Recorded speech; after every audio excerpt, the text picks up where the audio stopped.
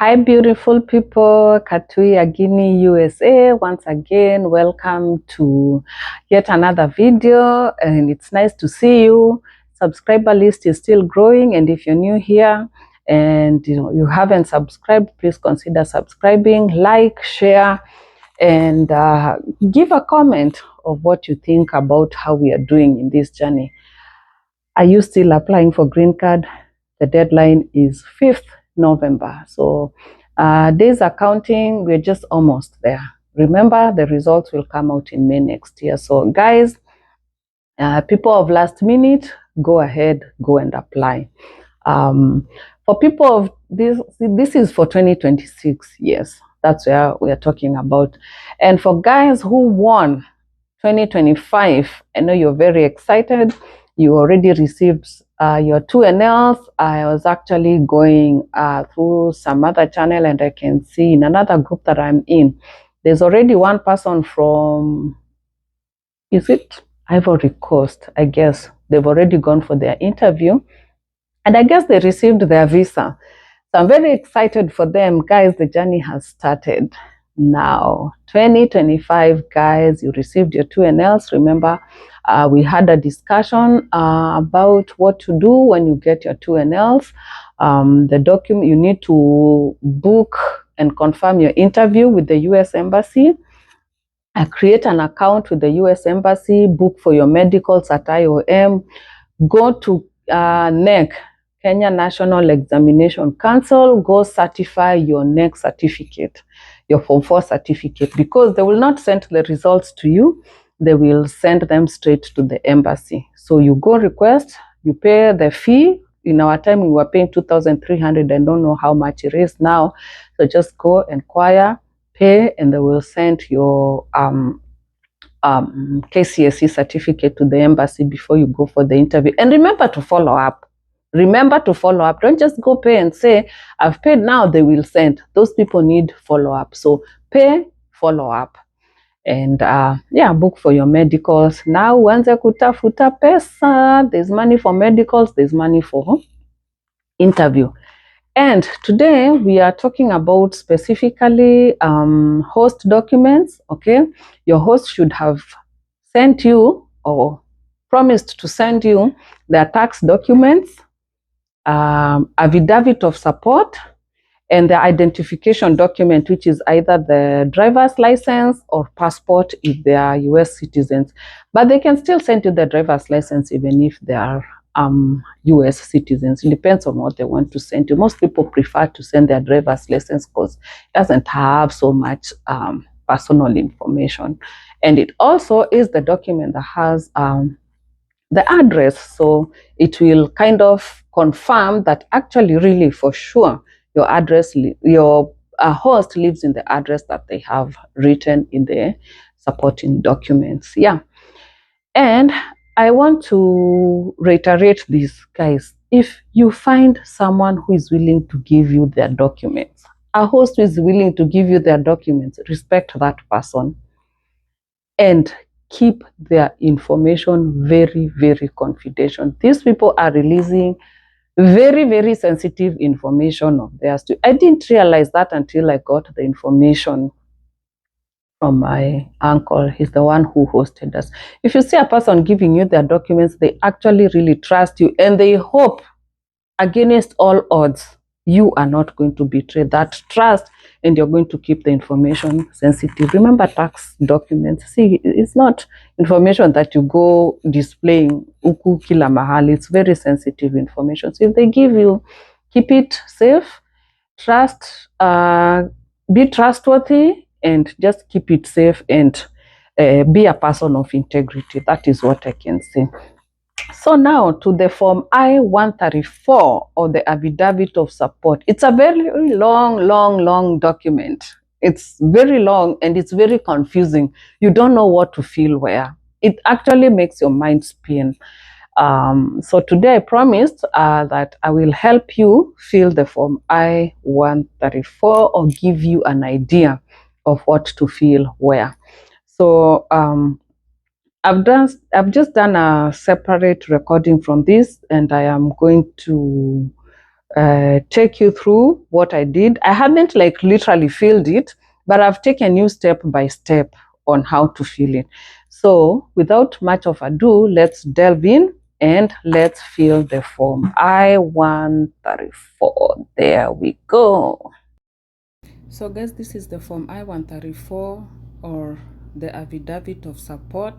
This is one of the documents that you're going to take with you to the embassy. One is these are one of the host documents that you're going to take with you to the embassy. One is the tax return documents, or the W-2 forms, and the other one is the host's identification document. Either if they're an American citizen, they can give you their passport or their driver's license, because it will also show the address and their identity. So that's what you need. So I'm just showing you this form to show you how to fill it, because it's a form that has many pages. Now sometimes it can really confuse people.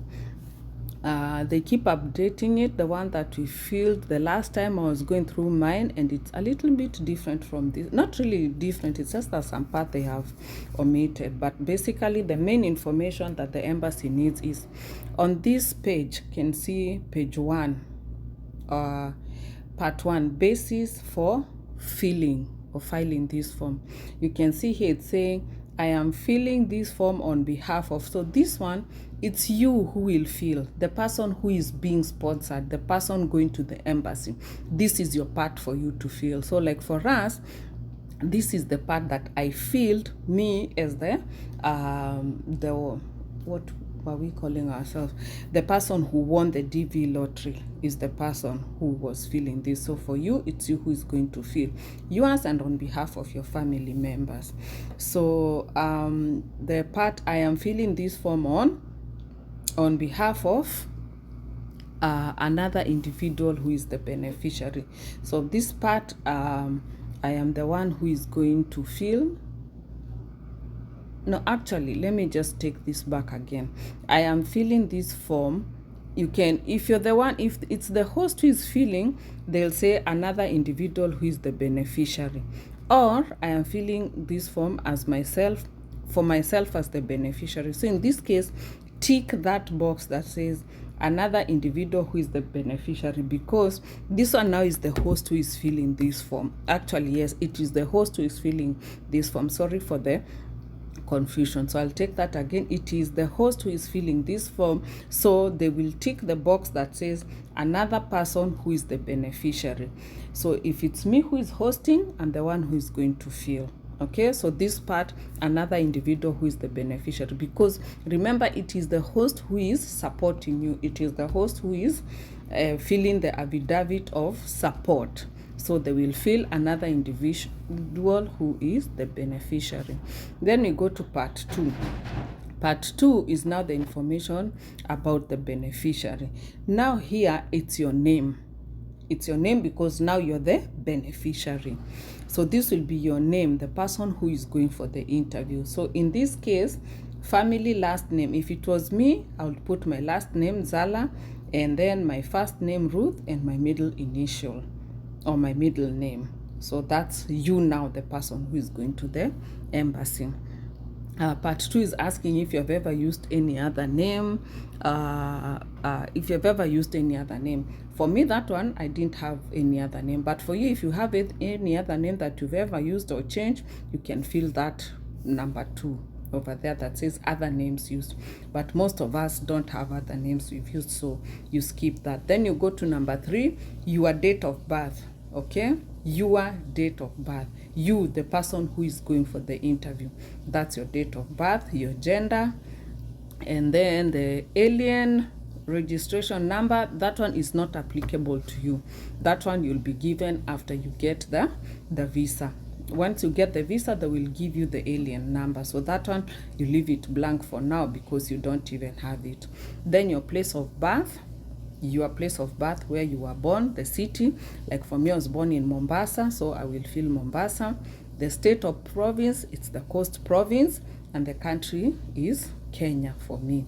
Country of citizenship or nationality, for me it's Kenya. I don't know what's yours, but for most of us, because most of my audience are from Kenya, this one is, you will just feel Kenya. Marital status, are you single, never married, married, divorced, widowed, legally separated? Remember in my first video I talked to you about legal separation when you're filling the initial application.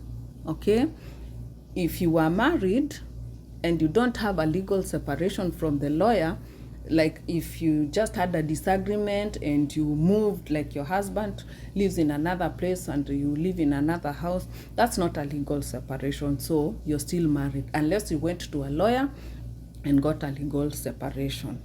Okay, so you know what to write. Other, you can explain, but mostly you're either married, single, divorced, widowed. Mostly you know what status applies to you.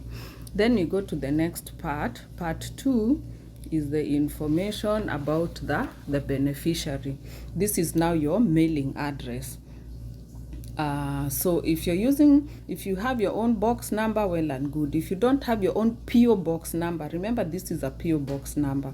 If you don't have that, use the same address for the person, the same PO box address you used when you were applying for the green card. You remember there's a part you filled the PO box address, so this is the same address, PO box address. Okay, so that's what you're going to fill for part 2, information about the beneficiary. Then skip, are the beneficiary mailing address and physical address the same? Mostly for us Kenya, you know, this one does not apply. PO box address is what we use. Over here maybe that one will apply in the US if your mailing address is the same as the physical address.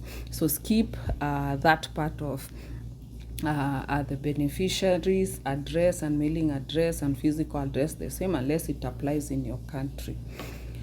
Okay, if you answered no, number 10, provide your physical address. So most often than not, for us, mostly for those who are in Kenya, that one will go blank. That one you're not filling anything. Then come down all the way to now your beneficiaries phone number. I guess there's a place it's asking for the beneficiaries phone number. Let me see. The physical address, the street, just write all your address details. So if there's asking for no, this one is not asking for the phone number. In our case it was also asking for the phone number and the email address, your email address. So in this one it's not applicable. Okay, then we go to the beneficiary's anticipated length of stay. Now this one, it's for you, the host. It's now for your host to fill this one. It's for the host to fill this one because the anticipated time of stay that you will stay in their home. So maybe if I'm just giving an example, say you go for the interview in a random date like December 5th, then you get your visa. Say you travel in January, so your anticipated stay in the United States is from the day you land there, the day you land in the US, the anticipated day you land in the US. Say maybe like you went for the interview on 5th of December and you anticipate to land in the US, say like 5th of January, that is your anticipated start date that you will begin staying in the United States. Does it have an end date? No, because now you're going to be a permanent resident of the United States. So there you are just going to write beneficiaries anticipated period of stay in the United States from maybe January 15, 2025 to, it doesn't have an end date. So you're going to tick that box that says no end date, because now you're coming to stay here, you're a permanent resident, so you do not have an anticipated end date. Then now we come to part 2. Part 2, information about the beneficiary. This is continuing information about you now, the person who is going for the interview. You can see here it says beneficiaries income, and you can see that box.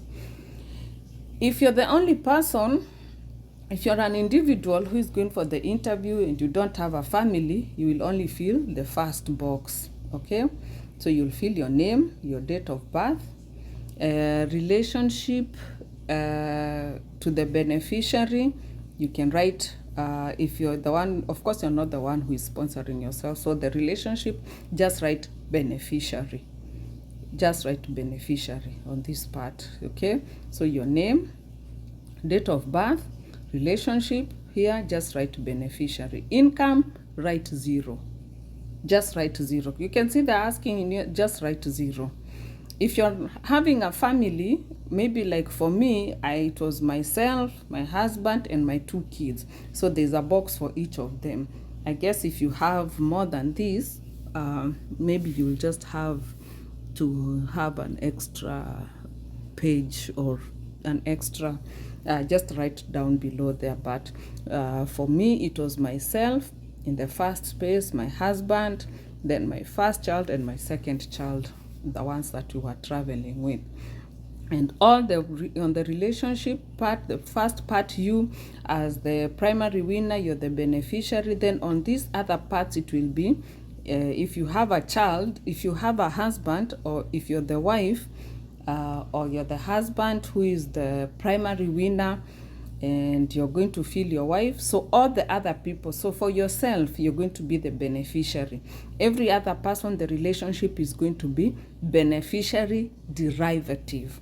Beneficiary derivative, because all the other people who are under you, the person who won, are your derivatives. That's what you will write. So for everyone else except you, the winner, you're the beneficiary. Everyone else, the relationship is beneficiary derivative, and the income is 0, 0, 0, 0 for everyone, and the total income, just write to 0. That's what we wrote on our time. And then on the next question, number 14, does any of the beneficiaries' total income, including income from other dependents and other individuals who contribute to the beneficiary, come from illegal activity? Heck no. Of course, it's a no. There's no way you're even going to say, can you even say that you're having income from illegal activities? You will be, that would be so dumb. So of course that's a no. The next question, 15, okay, that's irrelevant because in the question 14 you wrote no. The next question, information about the beneficiaries' assets. There's beneficiaries' assets. Even here, you're just going to write 0. Just write 0. The total value, just write 0. Then we come to the part of the information about the individual agreeing to financially support the beneficiary named in part 2. Now here is where the host details comes in, okay? Now these are not your details, these are your host details. Sawa, the person who is sponsoring you. So family last name, like for me here, it was my uncle's last name because he's the one who sponsored us. His last name, his first name, and his middle name. Okay, then when you go to number 3, of course there's that part of other names used. He will write if they have other names used. If you come to number 3, there is mailing address. Now this is your host's address in the US. Niya anajaza hii part. Remember, this is the host filling this part now. The mailing address, yeah, the current mailing address, so the name of the person, again, like above, street number in the US, we name here our addresses.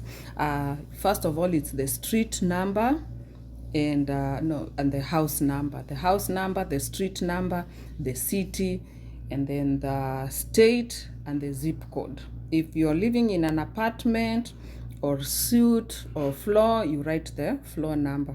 So for me over here, I will write my mailing address, which will begin with my house number, the street number, the city, and then I will come here, the state, and then the zip code. Okay, so yeah, that's what you feel here. So this is the host's details. Part 2, Part 3, information about the individual agreeing to financially support the beneficiary. So that part 3, clarity, is the host details. Okay, I hope you're clear over there. Then you go to the next part. It says information. It still continues with the information about the person agreeing to sponsor the beneficiary financially. So it's still the information like, is your current mailing address the same as your physical address? Yes. If not, provide the address that is your physical address if it's different from the mailing address. People here in the United States understand what that is, so they know what to fill. Other information, it is the date of birth now of the person who is hosting you. Okay, so this is the date of birth of the person who is hosting you. Remember, you already provided your own date of birth and your own details. So this is information, date of birth of the person hosting you, where they were born, the city, the state, or the province. That's where they will write. So now you see here, there's the alien registration number, or the United States Citizen and Immigration Services. So this one, then they know what to write, because they already have that. If they're a citizen, maybe it's their passport number. If they're a permanent resident, we have the A number. It's there in our green cards. Even you, when you get here, you will have your number, the alien registration number. So don't worry. So that's why you can see clearly this one is information for the host, because they are the people in the US who are having this identification number. Immigration status, is the person a US citizen, a US national, or a lawful permanent resident? They know their status, so they are going to fill what status they have according to their immigration record. So that part is the part of the host. Okay, then when we go to the next part, now this is employers information. Okay, employment information of your host. Where do they work? Okay, where the street of the place where they work, the state of the office where they work, the zip code. They know what to fill. So this part is for the person who is hosting you. They know what to fill. Financial information, they will fill the financial information. This is now where they give you their income. See, that is why this information is very sensitive. If a person is agreeing to give you their documents to host you, just appreciate them. For real, appreciate them. It's not easy for you to declare these things openly. Remember, as a host, I am going to give you this information. You'll probably go with it to a certain cyber, or you know, it is my information that is out there. It's very sensitive. So just respect them, respect the information, and please keep it safe. Si kitu ya kwenda ukionyesha ati angalia zile pesa wanatengeneza, look at the kind of money they're making.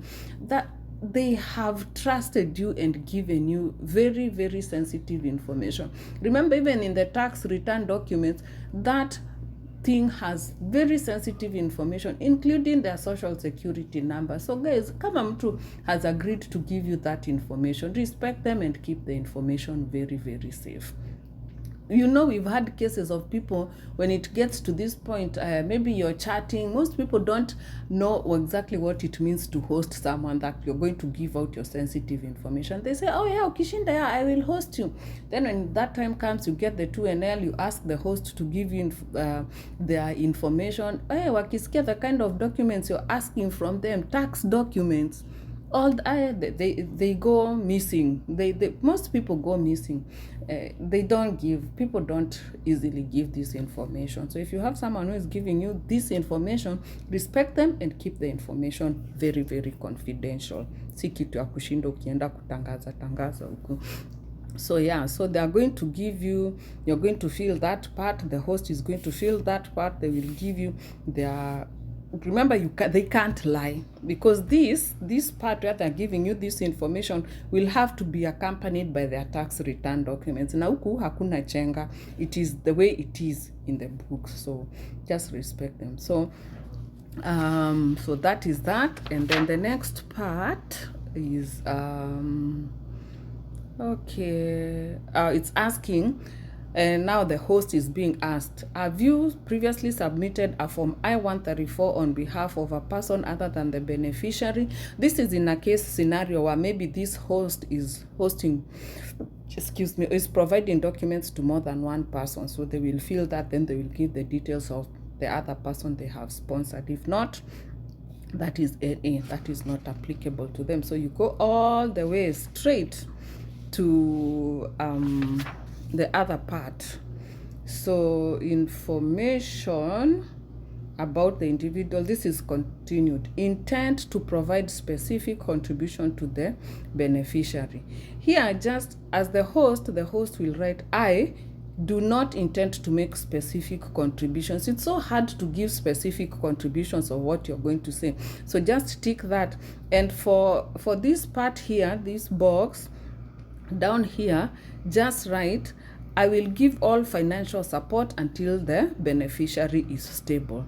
Let the host just write that. So if you're having a host who maybe doesn't know what to write on this part, after they tick, I do not intend to make specific contributions, on this part below number 8, part 8, additional information, on that box there, just write, I will give all financial support until they are stable. That is what my host wrote in mine, and you see, we succeeded, we are here. So I'm just giving you this according to the experience. So, and I guess that's it. All the other information is but it says statement, contact information, certification, and signature of the beneficiary if filling the form on his own behalf. So so this part, actually, yes, so this is the part that I am going to sign. This is now the part for you, back to you now as the person who is going for the interview. I, as the beneficiary, certify the following. I can read and understand English, and I have read and understand every question and instruction in the declaration form. Okay, I can read. Okay, so you tick that. I can read and understand English. Of course, you can read and understand English, so you tick that. Part B will be if you do not understand English and you had an interpreter. For most people, this is not applicable. So most of us, part A will be applicable because a lot of us speak English and we understand. Beneficiaries contact information. So you're going to write your phone number. Your phone number now. Can you see beneficiary's phone number? This is you now, the person going for the interview. Write your phone number there, your email, and any other mobile number you're using. So in our form, they have moved this part. It was in another section. So here, so after ticking, I can read and understand English, you come here and write, your phone number, your email address, and if there's any number that you use. Then coming below here, of course, you will read all this. I understand.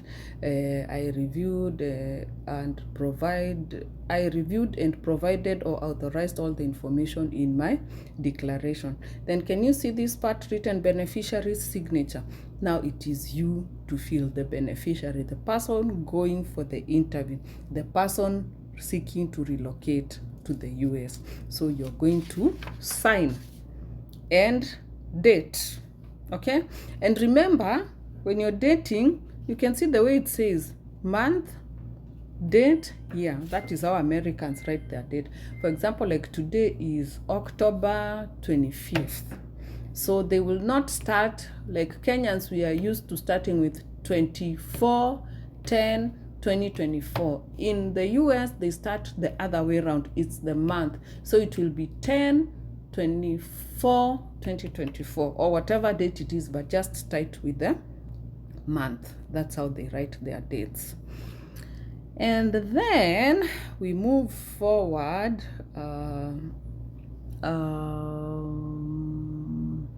It says contact information of individual agreeing to financially support the beneficiary. Now this is back to the host, the person who is sponsoring you. They will give their daytime phone number, any other phone number that they use, and they will give their email address. So after you sign the beneficiary and you give information, so now again here, contact information, it's very straightforward of the individual agreeing to financially support. So this is the host giving their daytime telephone number, any other mobile number that they use, and their email address, and then they will come down here. You can see signature of individual agreeing to financially support the beneficiary. So now the host will sign here. This is the person now giving the documents. So in some cases, people who don't really understand English, they have an interpreter, and the interpreter will help them fill this form. If this is your case, if you had an interpreter, they require the interpreter's name to be given here. If you used an interpreter, you give their details here, and you can see it continues, interpreters, contact information, certification, and signature. All that is in the interpreter's information, or the person who helped you prepare this document. So kind of this part is irrelevant for me. All that I left empty, blank, so to speak. I left it blank all the way down from there. It's about interpreter, the person who helped you prepare this document. Just leave it blank. Because if you are not helped, why do you want to keep complicating things and adding people who are irrelevant here? The person who is relevant here is the signature of the host, the person who is agreeing to sponsor you, and your signature and the information. And remember, there was that part of the box where you're filling your family's details. Remember? Yes, this part,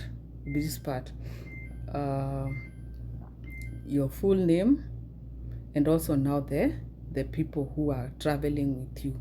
If you're one person, it's very easy. It's just you, your date of birth, relationship is beneficiary.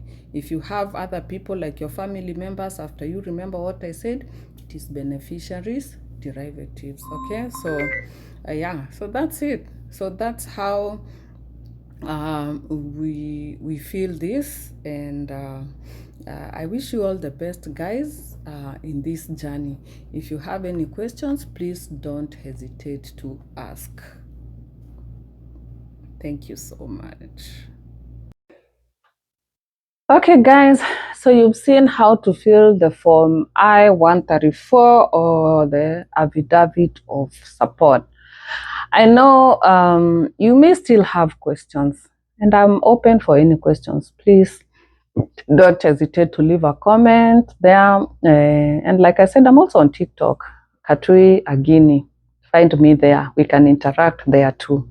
And maybe inbox, talk a little bit more.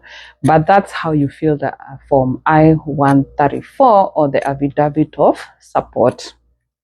And I'm so excited, guys. I'm so excited for the people who are going for the interviews, and especially even for my friend who won.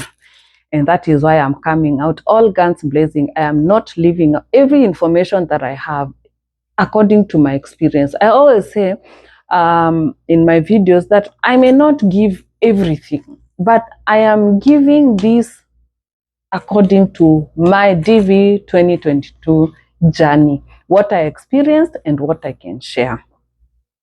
So if you have questions, just don't hesitate to ask. I'm here. I shared this information with a few friends the last time they were applying for DV 2025.